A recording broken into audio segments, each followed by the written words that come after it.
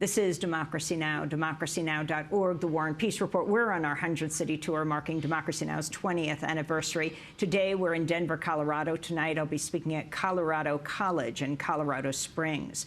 But here in Colorado, 2012, the state voted to legalize the recreational use of marijuana.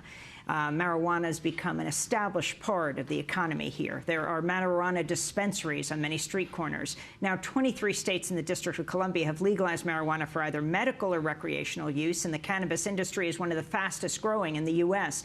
But some have questioned who stands to cash in on the billions being generated by cannabis sales. Michelle Alexander, best-selling author of The New Jim Crow, Mass Incarceration in the Age of Colorblindness, addressed the issue in a conversation with the Drug Policy Alliance. In many ways, the imagery doesn't sit right. You know, here are white men poised to run big marijuana businesses, dreaming of cashing in big money, big businesses selling weed. After 40 years of impoverished black kids getting prison time selling weed and their families and futures destroyed, now white men are planning to get rich doing precisely the same thing. The Marijuana Arrest Research Project reports between 2001 and 2010, Colorado police made 108,000 arrests for marijuana possession. African Americans were more than 10% of those arrests, but are less than 4% of Colorado's residents. For more, we're joined by Wanda James, CEO of the Denver-based cannabis dispensary Simply Pure.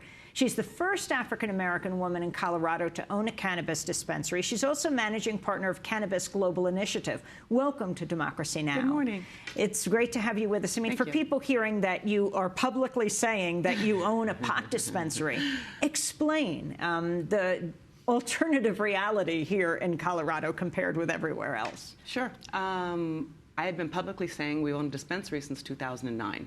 So this is not new to us, and we became part of this pot industry or cannabis industry because of social justice. We wanted to be able to step out and talk about this in political terms and to be able to bring normalcy to the idea that cannabis is a part of the American lifestyle and the American fabric. So this is something that I'm very proud about. Of all the things I've done in my life, I would say this is probably the thing that I find the most proud of. So how does it work? How does your dispensary work?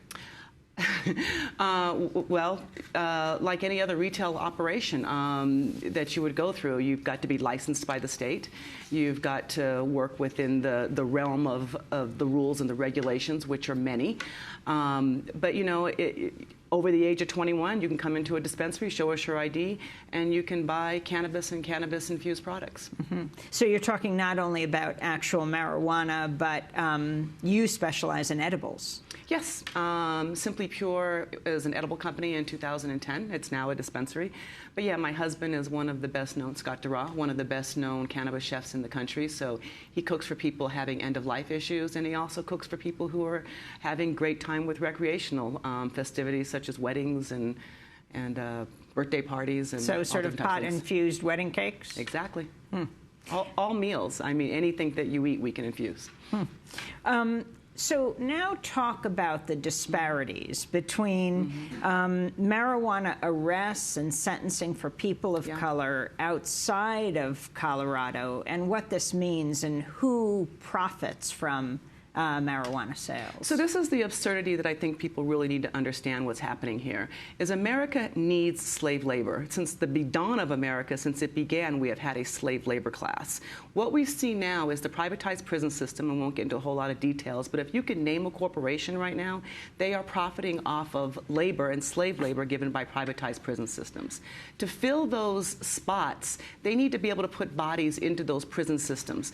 And those bodies right now are being collected on the streets of America through cannabis arrest.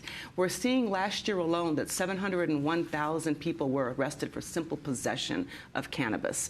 Of those 700,000 people, you are 4 times more likely to be arrested if you are black.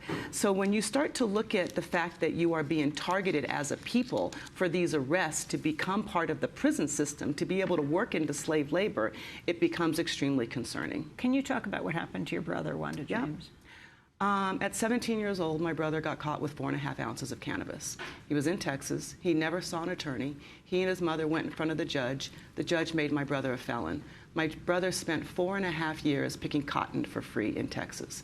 I always stop on that note and I say it again, that my black brother, my black 17-year-old brother, spent 4.5 years picking cotton for free in Texas to gain his freedom. That was in 1992, not 1892. This is absurd to me, and when we discovered this, I became incensed by it, because as a student on the campus of the University of Colorado, we smoked cannabis regularly. We smoked it in front of CUPD that just told us to put it away. Put it away, kids, you know, put it away. I didn't even know until I met my brother at 35 that people were actually arrested for cannabis. In my world, in my wealthy world of lawyers and doctors and college-educated people, we don't go to jail for cannabis. Everybody else does. 700,000 arrests last year for cannabis possession.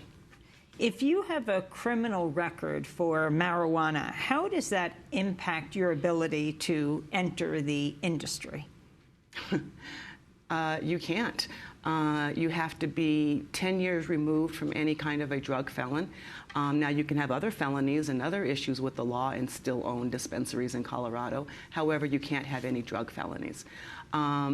It's become extremely difficult to get into the industry.